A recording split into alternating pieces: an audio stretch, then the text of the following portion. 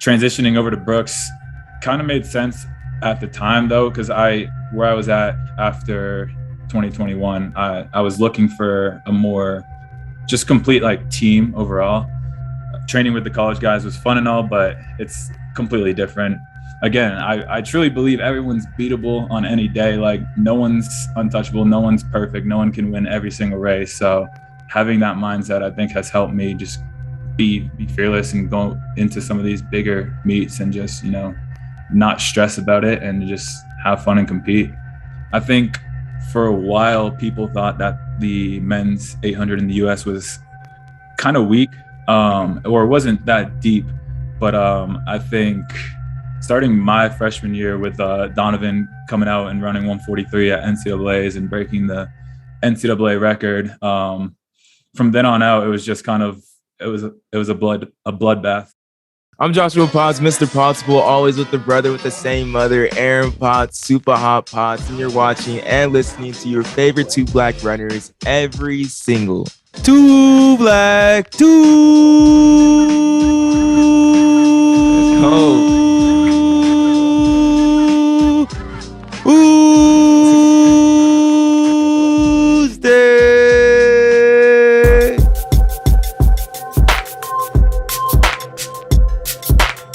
I had to redeem myself on that one because the last episode, I was coughing, I was struggling, but I'm also generally definitely excited because we got somebody we've been trying to get on for a minute now, man.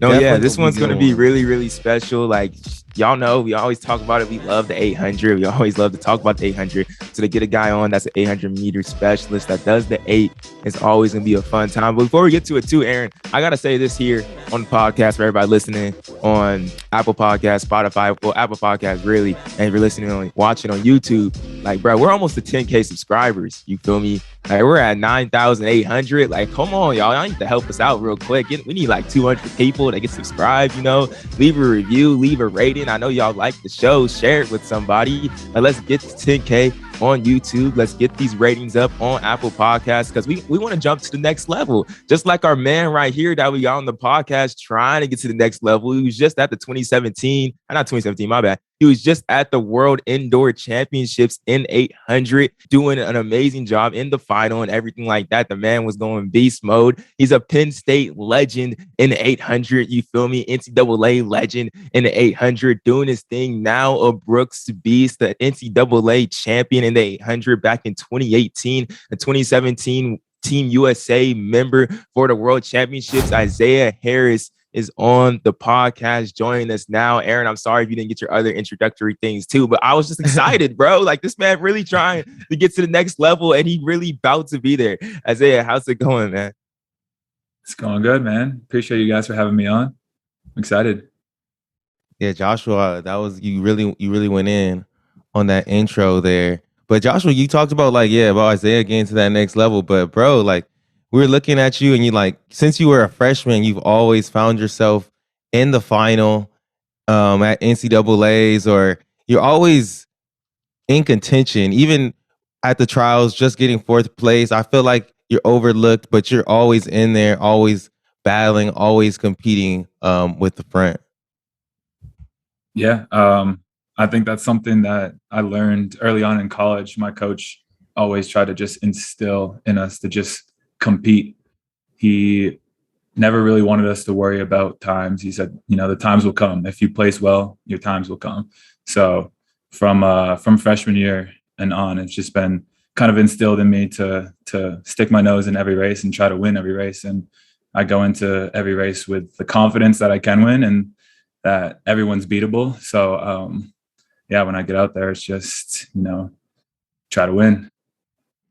It's funny, like, to say that the fact of like everyone's beatable that's a great mentality to have, like, say the least. But to go and do it against, like, you were doing this against you have been doing it for a while, and definitely in college against some of like the best NCAA 800-meter runners of like all time. You're always in some of like those hot races, and you're coming out winning on top next to like Emmanuel Career, Michael Cerrone, Brandon McBride, I think for a year, Marco Arop, Donovan Brazier as well. Just how was it back in those days? And now those are like the people you're racing on the world stage as well, trying to get on Olympic teams or to compete at the world championships and everything.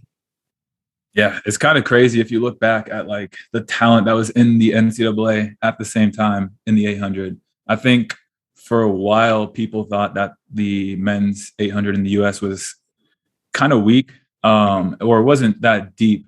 But I think starting my freshman year with Donovan coming out and running 143 at NCAAs and breaking the NCAA record, from then on out, it was just kind of it was a bloodbath. So yeah, like you said, Big Bride was there, Donovan was there, Hopple was there, A-Rop was there, Career, Saruni, me, so many people that you are now seeing in like world championship finals and Olympic finals.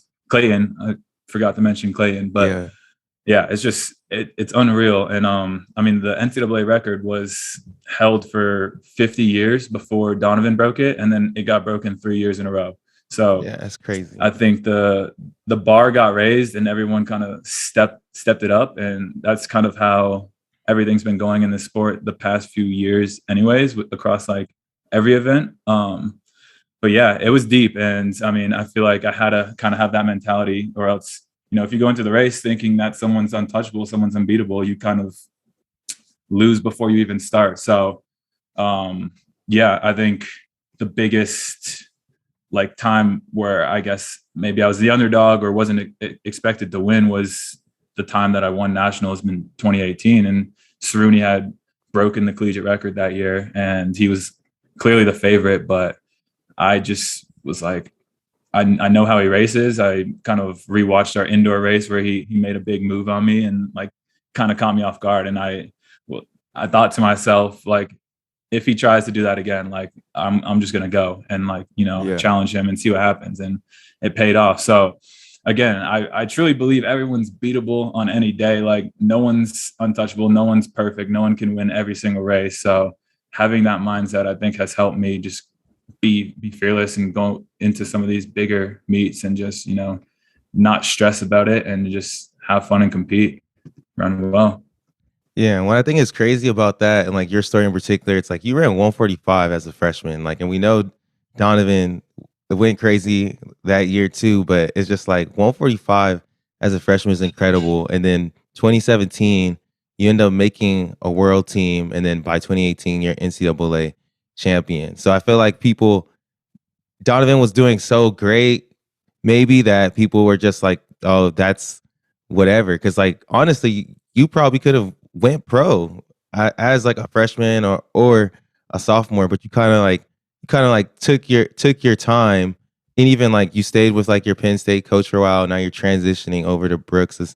Why was that always kind of been like your plan? Did you just want to like make sure you finished school, or you were really happy with the environment you were in?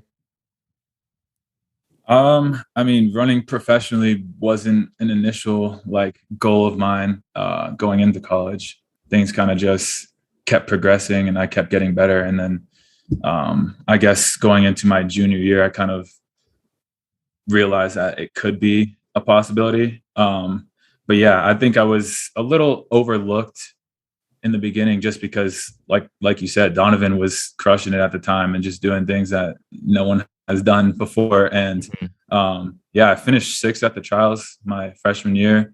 I made every single USA final that I was in or raced at. So I think I had good credentials. So yeah, when it came time to like look at going pro after my junior year and winning NCAAs, it was kind of a no-brainer, and sticking with my college coach made sense just because I did want to finish school.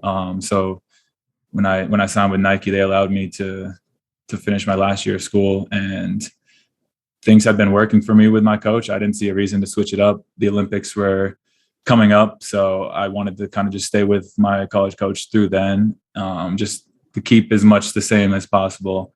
And then from there on, I was gonna like plan on exploring new options. Obviously, COVID pushed the Olympics back a year, so I stayed around a year longer than I had originally planned. But it was fine. It was a great setup. Gondak's by far one of the best 800-meter coaches in the country. I stand by that statement. Yeah, things were great. So transitioning over to Brooks kind of made sense at the time, though, because where I was at after 2021, I was looking for a more just complete like team overall. Training with the college guys was fun and all, but it's completely different than being on a professional team. You know, they're all training for conference meets, regionals, and nationals, and that's just a lot earlier than I'm trying to peak. So towards the end of the year, I was just doing a lot of work by myself, and I mean, I can do it, but I just don't enjoy it as much. Like I like having teammates there to push me, hold me accountable, and it just makes the grind that much more fun. So when I was looking at different contract options, Brooks was just, you know, super enticing just because of the depth they had on the middle distance side, and Danny's success with coaching 800 runners and 1500-meter runners. I mean, I just kind of looked back at how the team did last year and saw the progression of everyone on the team. Brandon Kidder got fifth at the trials. He ran 144, and he was barely running by like, I think it was April. He like had just gotten off of a knee surgery. So the fact that he progressed that quickly just was super impressive to me. Yeah, so it made a lot of sense, and it was kind of a no-brainer for me to look at training with Danny, and things worked out, and I'm super happy that I chose Brooks. And so far, you know, no complaints. Things are going well. I've been feeling really good despite my one hiccup with the hamstring tear, but that's just kind of a freak thing that, you know, it would have happened no matter where I was at. So other than that, I just kind of look at how I've been feeling in practice, how I was feeling in my races indoors. I'm like, I've never felt this good while racing. So it's exciting to me. The future is really exciting. And yeah, I can't wait for USA's. Yes, it's gonna be hype. And but let's go to that hamstring tear real quick. So I think there's a lot we could have gone from there, from Brandon Kidder back to Penn State and joining even the Brooks Beast. But some people may not know that this dude was at the World Indoor Championships, Belgrade, Serbia, earlier this year in 800. And what did you finish at World Indoors in the 8? I finished 7th.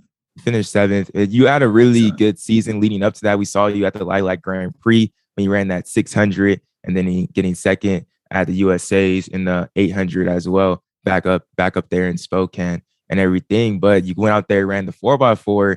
And that was in the semifinal, or the prelim, you would call it, and then tearing your hamstring. But you still went out there, finished the race, getting a lot of praise after that too. Just gritting that out. Just after that, still like 150 meters left in the race and finishing that. But just what was that kind of experience like? Because just watching it on a screen, you could tell that just knowing that like a hamstring tear happened or something like that, I couldn't imagine running through something like that and be able to push through it as something different, you know? Yeah. I mean, looking back, I'm like mad at myself for finishing, but in the moment, it was just kind of like, I don't know, you just do what you like have been doing. That's just run and finish the race. So like in my mind, I feel like my instincts were to just go. I also felt like, I didn't want to be the guy to like let the team down. Yeah. I know like had they made the final, they would have won gold. And that was on my mind as well. It's just like do enough to like get them into the final. Unfortunately, they were the first team out, just like, I think it was like half a second that they didn't make the final. So I was kind of bummed about that. But like, I mean, I talked to Donovan and the other guys on the relay after, and none of them were like upset. They're just like, you know, how are you doing? Like, get better, and like we appreciate your effort. But yeah, that was kind of just a freak thing. I was running, I felt so good during the race. I felt fine before. There was no like indicators that anything was wrong or off. Just as soon as I try to make my move to pass the guy up front of me, I felt like a little pop in my hamstring, and then I just realized I couldn't put like all my weight down on that leg, and I was just like, fuck, that's not good.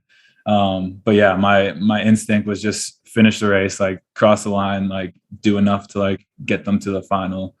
It ended up being like a grade 2 tear. I got ultrasounds done after. I immediately got like PRP in the hamstring, which definitely sped up the recovery. And then we have a team athletic trainer who just like helped me so much. She had a great plan set up just day by day, like, you know, the exercises, the mobility, all the little things that I needed to do just to like get me back on track so that I could be racing again this outdoor season. Because at first I was unsure. I was like, well, this could be the end of the year, you know, like outdoors comes quick.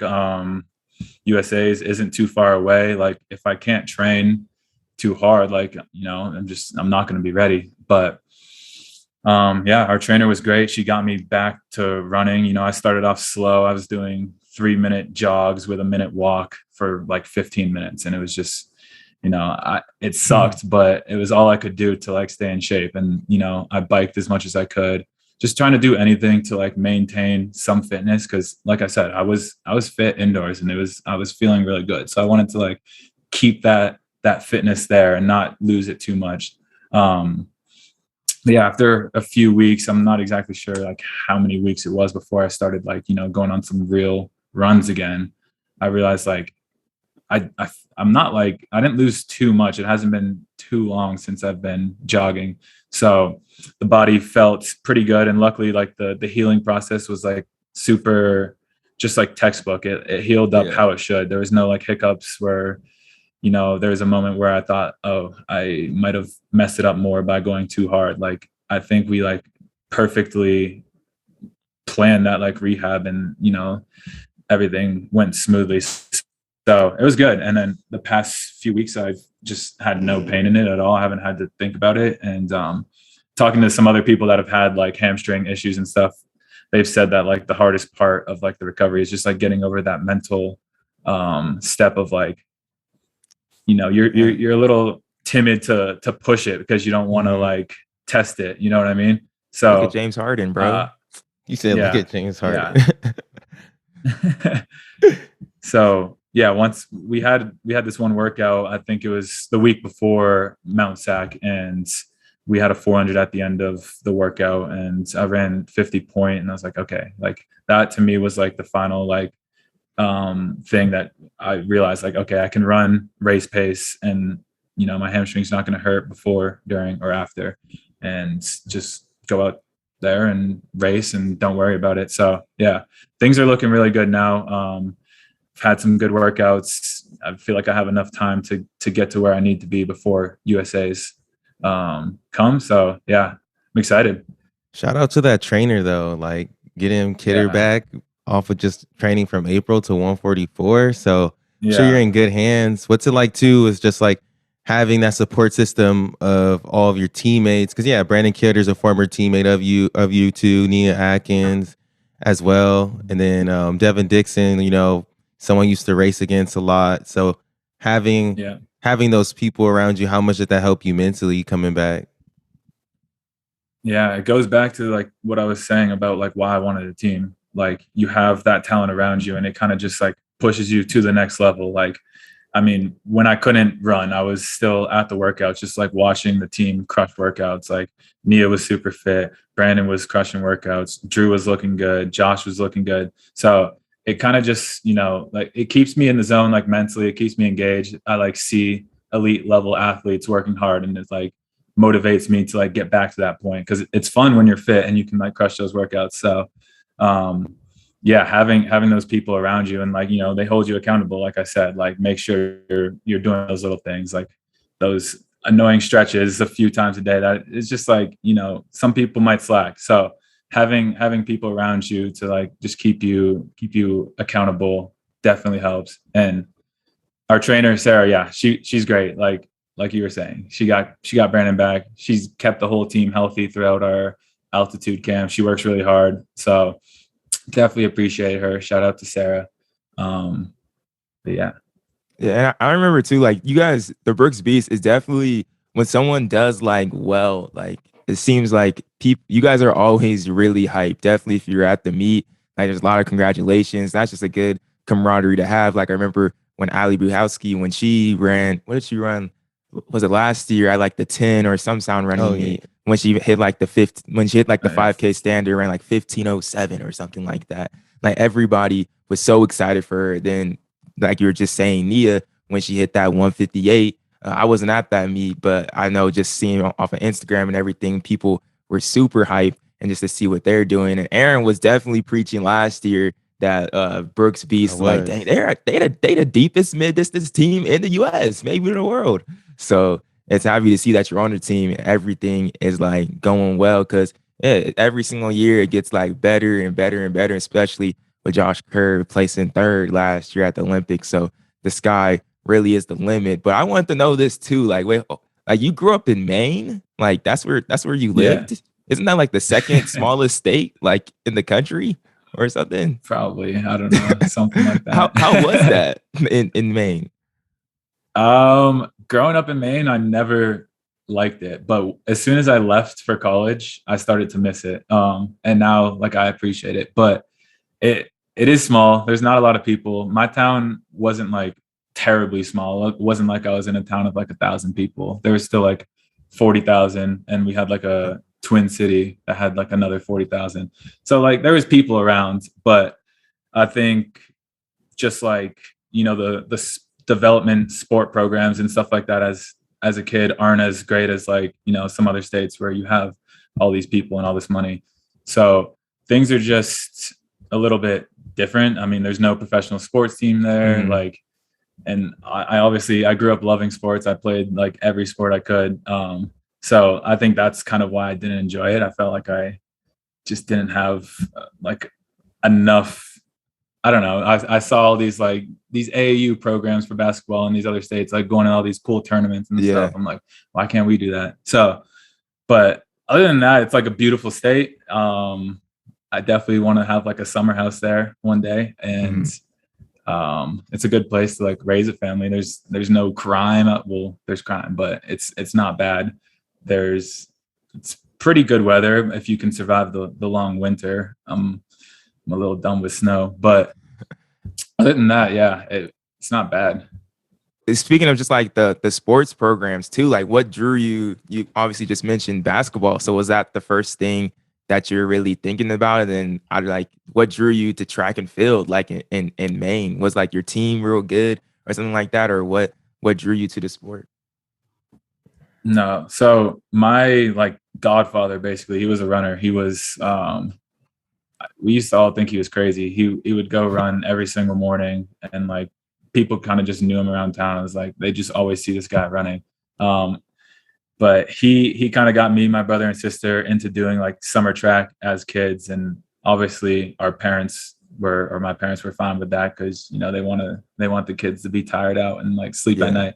So kind of just started off doing that for fun. I don't really remember my times back then, but I don't think it was anything special.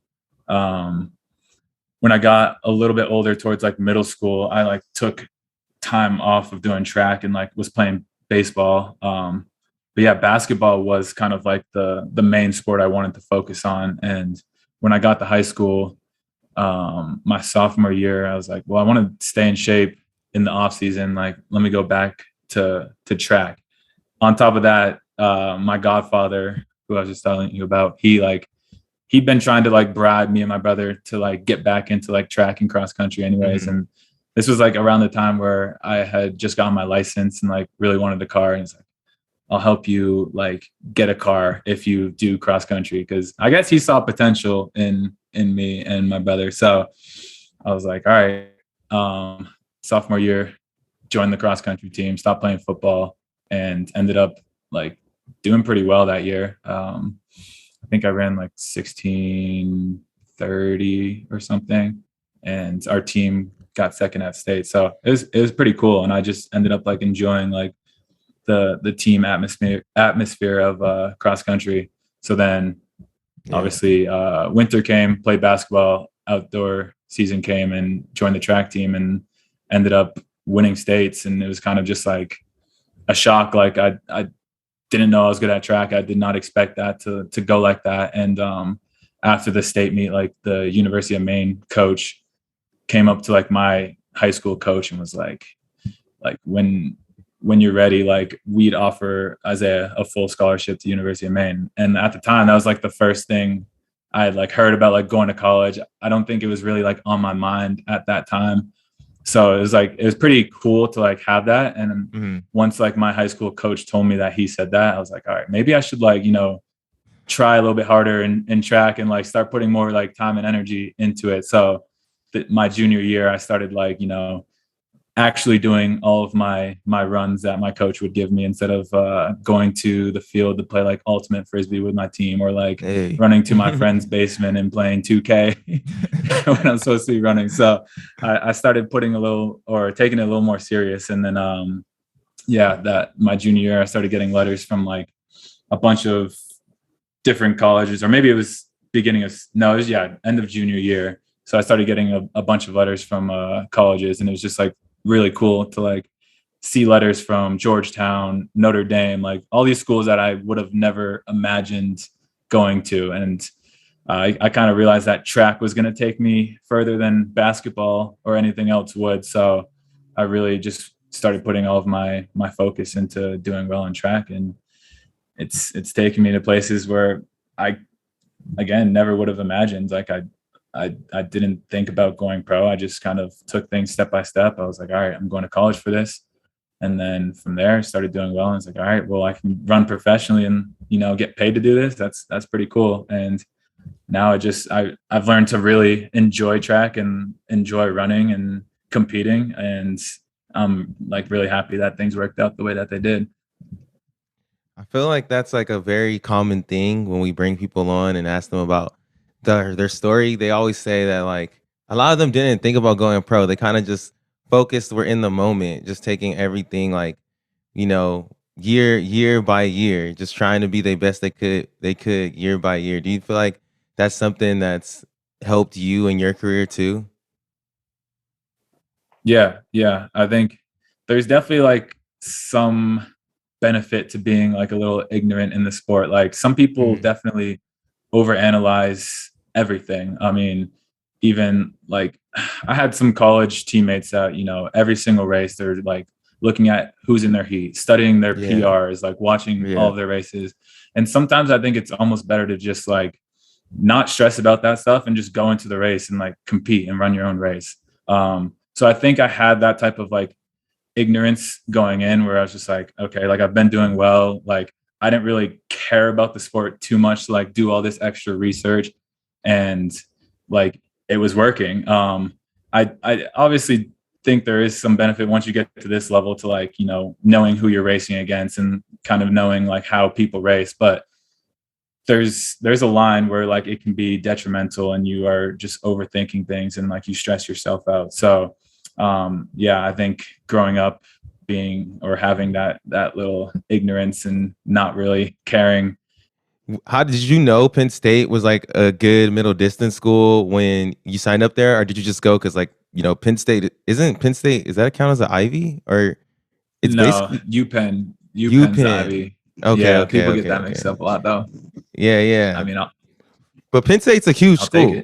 Take it. Like that's a super good school. Did you go there more for academics, or did you know like they were like basically 800 U? Well, I went on my visits. So first I went to LSU, and I was just like sick, like coming from Maine, like going to an LSU football game it was sick. And I was like, all right, I'm going to this school. But I still had my other visits. So then I went to UConn, which I liked as well. I liked the campus. I thought it was cool. And I went to Georgetown, and it was a different vibe than the other schools, like smaller and like more like prestigious academically, but just really good middle distance program. And then I went to Penn State, and I felt like when I was on my visit at Penn State, people say like you'll know on your visits like what school is right for you, and I feel like that was actually true for me. Like seeing the campus, it was like I wanted to go to a big school. I liked the idea of like having like every sports team is good, or like competing for national championships or has a chance at making a national championship. Just coming from Maine, like I said, we had no pro sports team, so I wanted something completely different.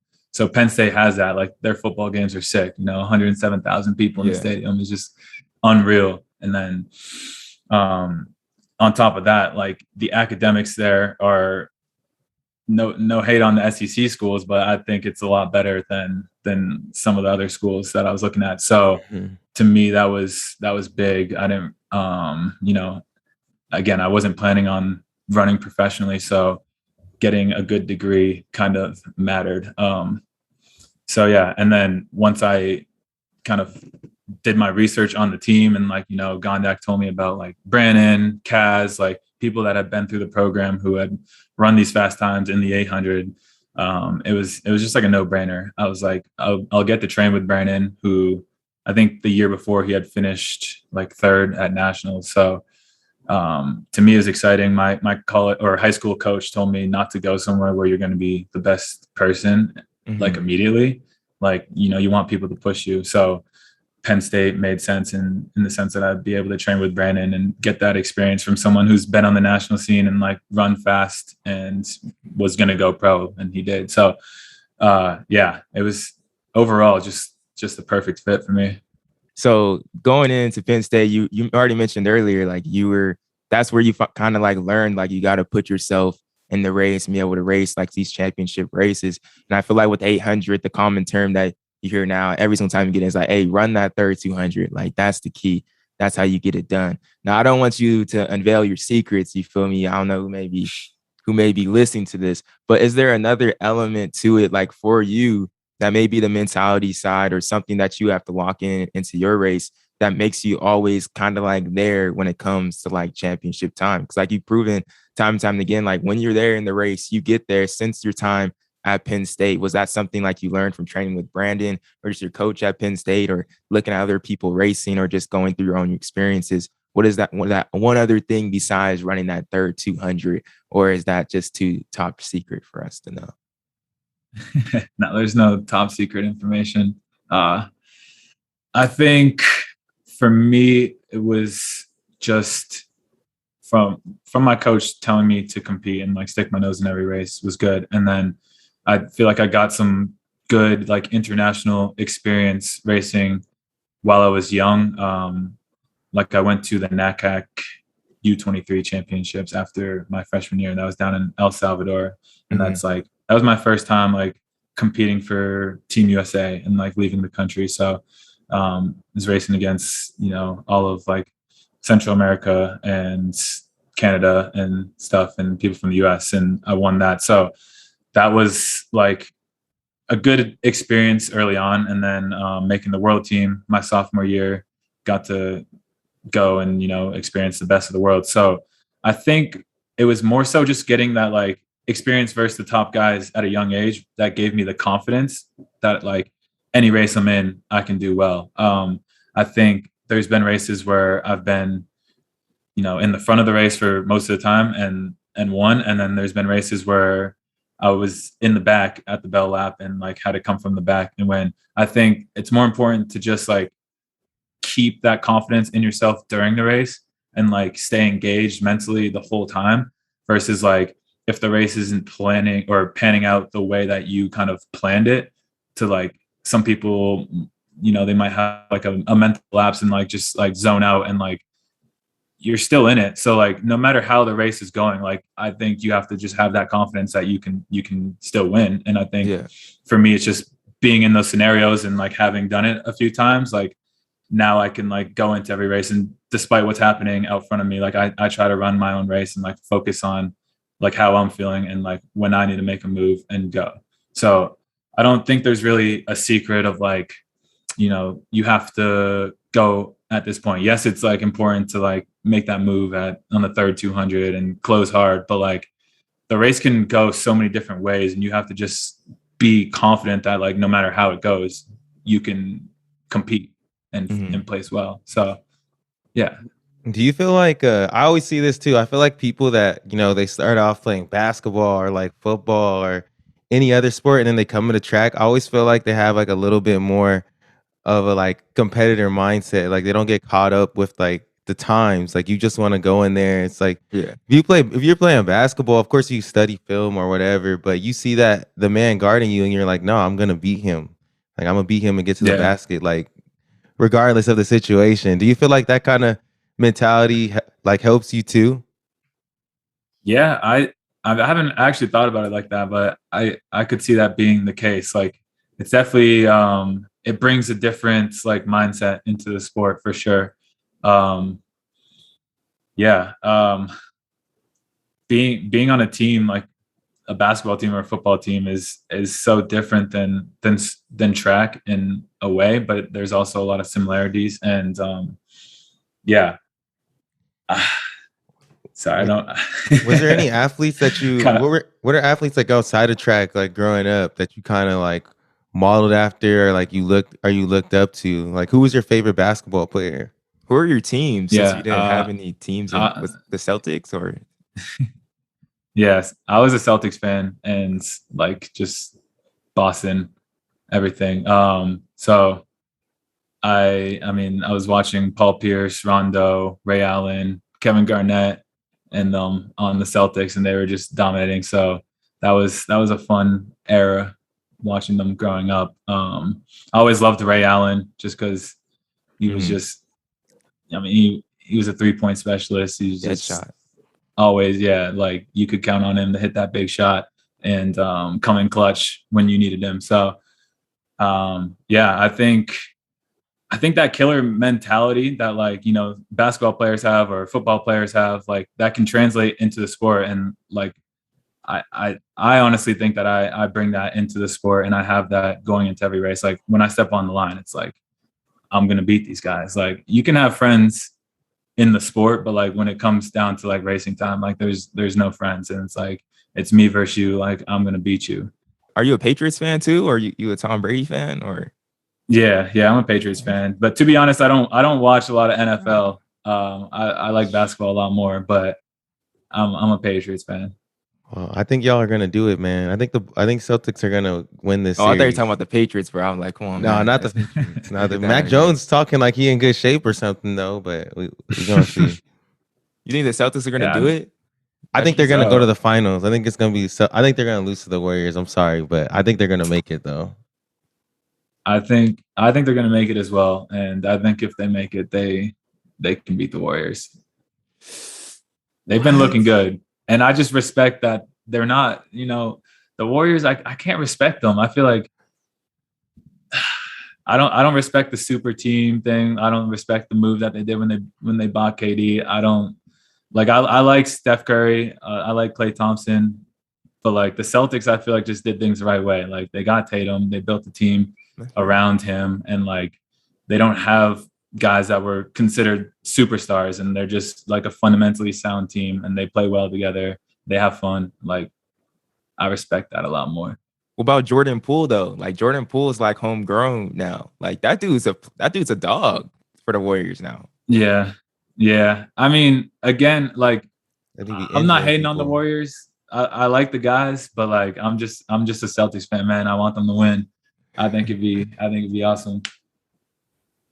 Got it. You just got hope. Wait, is Jimmy still hurt? Is Jimmy Butler still hurt?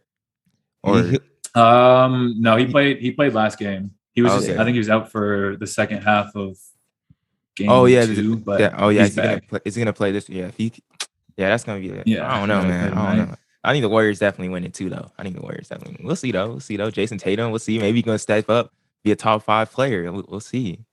But Hopefully.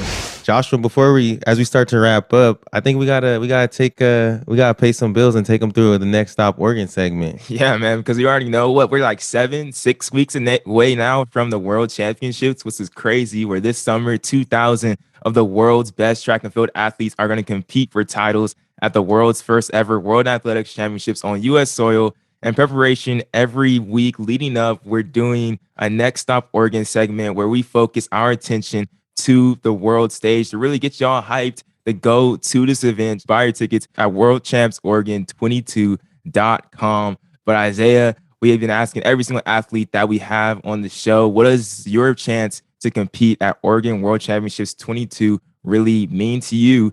Do you feel like Oregon 22 is your comeback, your redemption story, or it's a title defense, or just a journey to the top of the podium for the first time? Just in your relation to that or something else, what do you feel like your story to world champs is for you? Yeah, I look at it like it's my chance to kind of prove myself. I think I've been an underdog or whatever you want to call it for a little too long. So I'm excited for a chance to go out there, make the team, and win a medal. I truly believe that I can do that. I think it's been a long time coming, and I think the way things have kind of built up this year, like things are going to go well there. So yeah, and now adding a little drama with the hamstring thing, I just think it adds to the story a little bit, and it will make it that much more exciting when I do it. So super excited. I think being in the US is good. It's going to be unreal. Like the fans that come out to Oregon and are around there are just the best in the world. So it's going to be loud. It's going to be crazy. It's going to be fast. Like people are going to put down some insane times, I'm sure. Yeah, it's gonna be crazy. That home field advantage is definitely gonna play a part. So super excited, and I think it's a moment for me to kind of show people that I belong on the stage and I deserve to be there and I can win a medal. Seeing, you were just at World Championships indoor. We saw the Olympics last year. What do you feel like?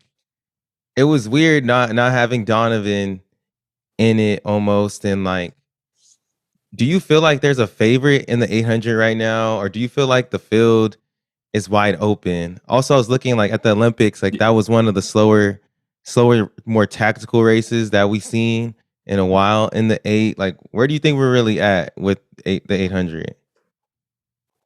I think right now the talent in the US and in the world is probably like some of the best it's ever been, definitely in the US. But I do feel like it's also pretty wide open going into USA's. No one's really done anything super impressive this year. I think some people might be a little banged up. Some people's season have already come and gone.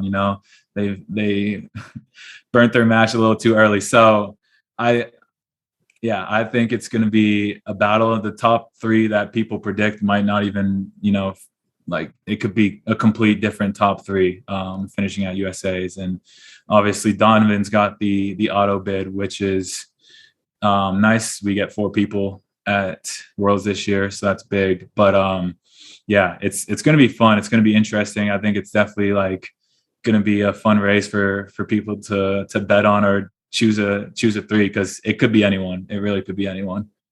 Yeah, and I seen you were about that smoke on your IG story the other week when Hayward Magic had you versus Isaiah Jewett. You're all like, I saw that. Put this I don't know emoji. Hey, they voted against. Wait, did they vote against you? I don't know. You put they voted against me. That's what I'm saying, man. Like I think I've just been counted out. It's whatever to me. I just laugh at it, and it kind of just gives me a little bit of extra motivation. Like again, that was my first race back off of a hamstring injury, and I feel like I beat some good people. So my confidence is very high right now, and I can't wait for USA's. I think, like I said, it's gonna be interesting.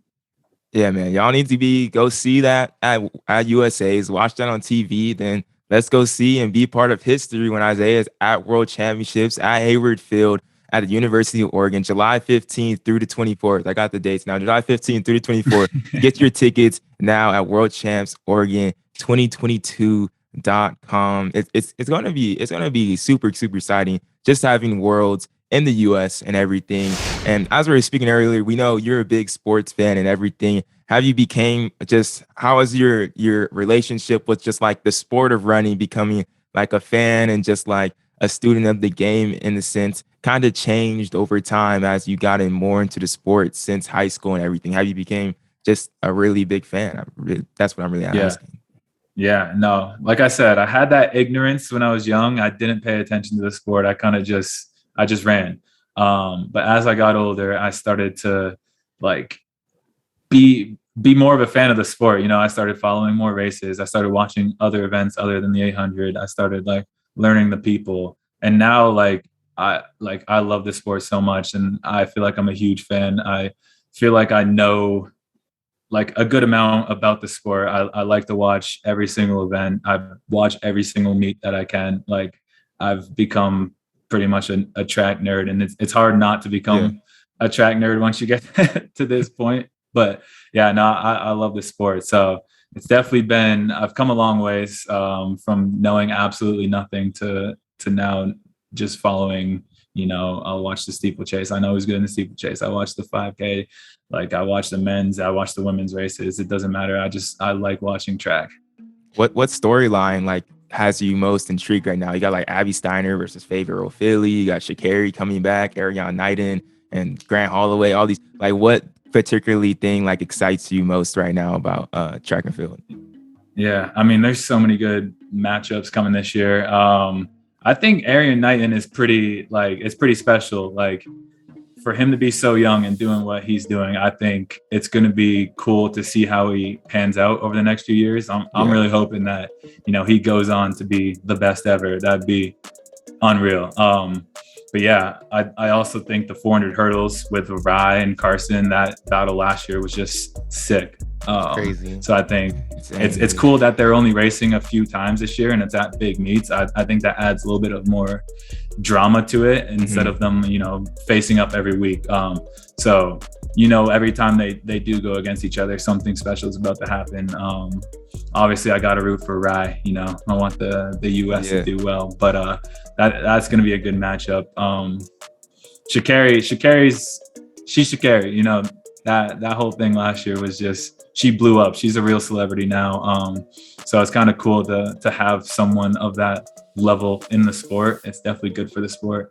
So I'm hoping she does well too this year, but the women's 100 is deep.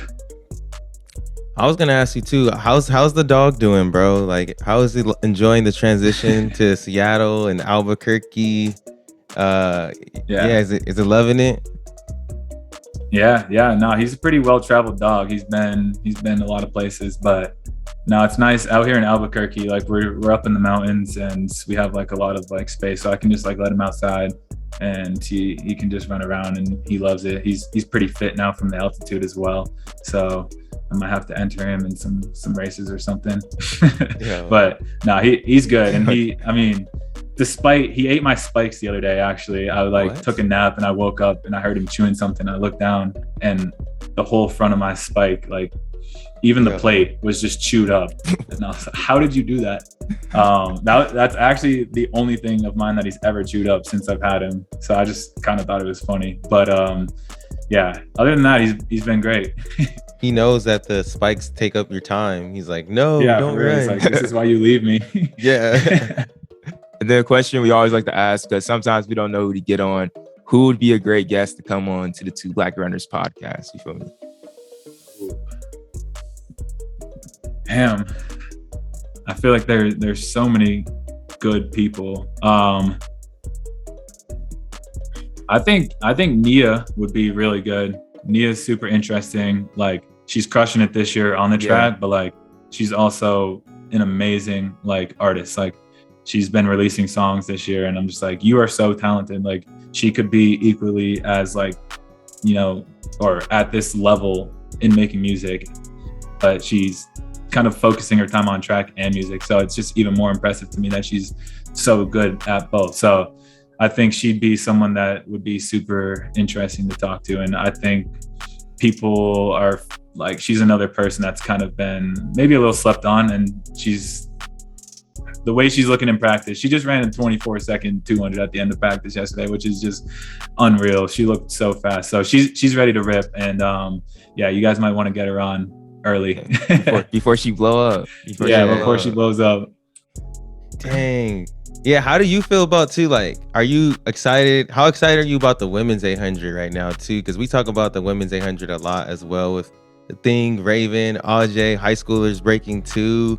Nia, didn't she just run 158 at Sound Running? Or she ran 158. Like, Allie Wilson ran 158. Like, the women's side is crazy right now. Yeah, no, the women's 8 is so deep right now. I mean, I'm glad I'm not a woman trying to compete against them. Like, I think a thing is obviously like, a once in a generation or once in a lifetime talent, if not like, more rare than that. Like, she's gonna go on. I really hope she breaks the world record. I don't even think that world record deserves to be there, but I'm glad she has Keely Hodgkinson to like push her too. I think that's gonna like just that battle. They're both 20, So they're going to be battling for the next 10 years. Insane. And I mean, they're going to get that record. And the U.S. women's 8 is just being taken to the next level.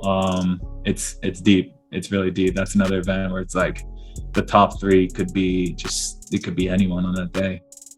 I think there's a woman out there that could run 152, bro. What? I'm just saying wild things. Wait, what's the record? 154? But I think that's, I don't know. 153. I feel like someone could run 152, maybe even 151 one day, bro. Like, I feel like someone could do that. Because, like, a thing could run 49. Like, she could probably get maybe 48 on a relay split. Like, bro, like, she could go out. 48. I think. Wait, you think somebody could break 140, bro? I don't know if I don't know. That to me, I don't know. That's one of the most impressive like world records, and I'm obviously biased, but I don't know. I don't know if that's going to be broken, but yeah, I mean, I'd love to see it, but that's a tough one. That's a tough one. I couldn't imagine seeing 139 on the clock. Yeah, not me either. That doesn't sound real. I might hang up the spikes if I see that. That's crazy. You know, to run anymore, but Isaiah, it's been a pleasure, man. Really do appreciate you coming on, man. It's been chill. It's been good. Good luck. Yeah. Best of luck the rest of your season, bro. Like, yeah, we're hyped. We're gonna be tuned in. Bro, it's gonna be exciting, especially if you can get onto that team, make it back. The 800, it's wide open. I think you're right. It's like it's wide open for sure. So yeah, USA's is gonna be a really good race. Yeah, it's gonna be a race to watch. But I appreciate you guys. It was awesome. And I'll see you out. You're gonna be in Portland, right, for Portland Track Fest? Not 100% yet. Maybe at Portland. All right. If not, Portland, I'll see you at USA's. Exactly. We'll see is that the only thing you're doing? That's the only thing you're doing left? Yeah, that's my next race, and probably my last race until USA's, unless I feel like I need to get something in the week before. But most likely just Portland and then on to USA's. Yeah, prime time. Portland Track Festival should be hot too, bro. So excited to see you drop something, get to compete with some big names again. And yeah, we know you're gonna be. Honestly, I think you're gonna be on the 1, 2, 3. I'm gonna say it right now. You're gonna be. I'm putting it on wax. I'm putting it on wax. Isaiah's gonna be. Yeah, manifest it, man. Yeah. We're gonna see you at USA's, but then we're gonna see you at Worlds competing too, bro. So appreciate you coming on the podcast today. Yes, sir. All right. Thank you guys. Appreciate it. It was fun.